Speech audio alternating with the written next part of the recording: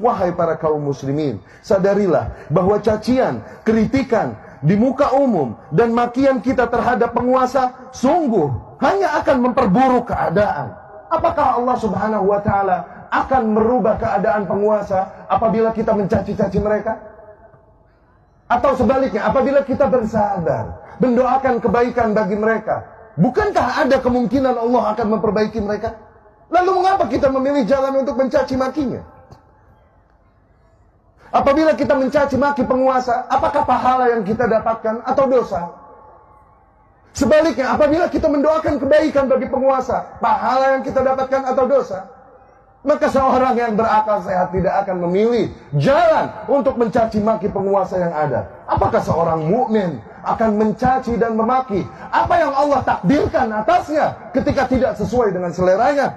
Maka ikhwani rahimakumullah, dengan ini, di hari kemenangan ini, di hari fitrah ini, kami tegaskan bahwa kami ahlu sunnah berlepas diri dari mereka yang turun ke jalan dan mencaci memaki para penguasa dengan menyerukan takbir. Seraya menyerukan takbir, mereka mencaci dan memaki para penguasa. Tuhan mana yang mereka besarkan dengan takbir mereka? Dikarenakan sungguh Allah melarang tindakan mereka. Kami berlepas diri dan mengingkari mereka yang turun ke jalan mengaku membela Al-Quran, namun dengan itu mereka menggunakan kata-kata kotor, menjijikkan, dilemparkannya kepada para penguasa. Al-Quran yang mana yang mereka maksud, mereka bela? Jelas larangan di dalam Al-Quran. Perintah Allah Subhanahu wa taala kepada Fir'aun, kepada Musa dan Harun alaihi wassalam, idhaba ila Fir'aun. Pergilah kalian berdua, hampiri Fir'aun, penguasa yang ada pada kalian. Hampiri. Wa qula lahu qawlan layyina. Katakanlah oleh kalian berdua kepada Fir'aun kata-kata yang lembut. La'allahu yatadzakkar aw yakhsha. Siapa tahu dengan itu dia menjadi insaf dan takut pada Allah. Apakah penguasa kita lebih buruk dari Fir'aun? Sehingga tak lagi kita menghampirinya dengan adab, namun dari jalanan dan mimbar kita memakinya.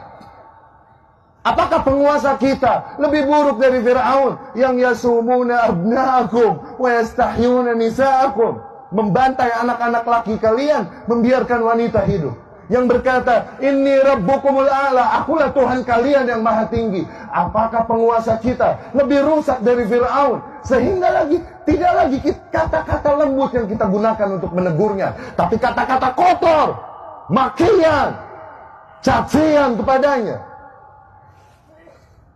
Kami berlepas diri dari kaum yang melempari para aparat dengan batu dan panahan. Dengan itu seraya mereka bersalawat kepada Nabi Sallallahu Alaihi Wasallam. Nabi mana yang mereka sanjung dengan salawat mereka?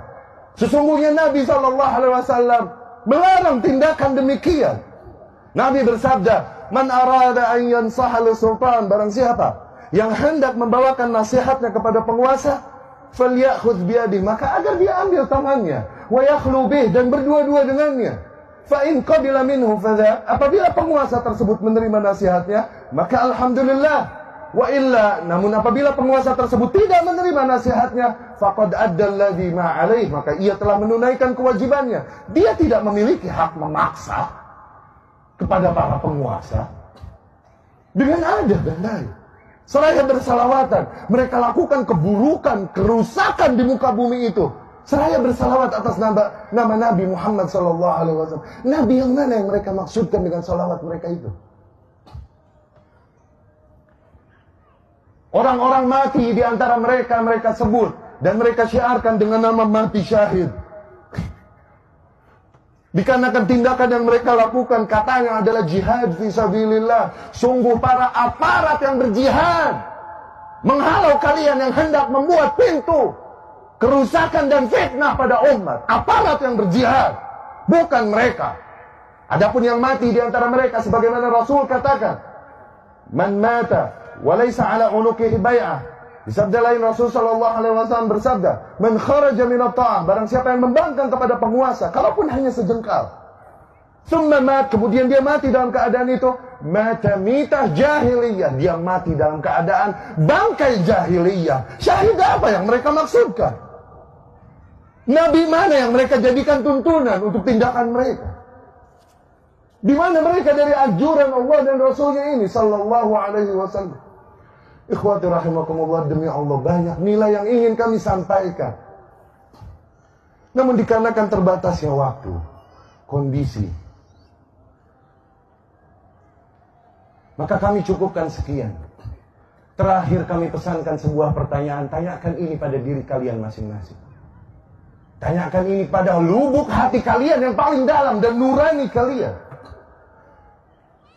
Apakah kebencianmu, kekecewaanmu kepada para penguasa yang ada padamu adalah alasan yang cukup bagimu untuk merusak keamanan dan menghancurkan persatuan negeri ini?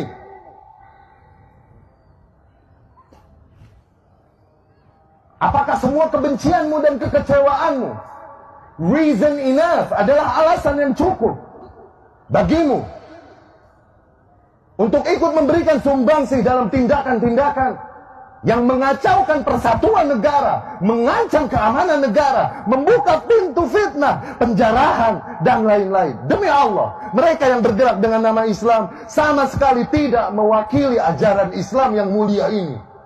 Apabila ada agama di muka bumi yang mengajarkan menyembah batu, menyembah ular, maka tak pantas mereka mengajarkan tindakan barbar demikian.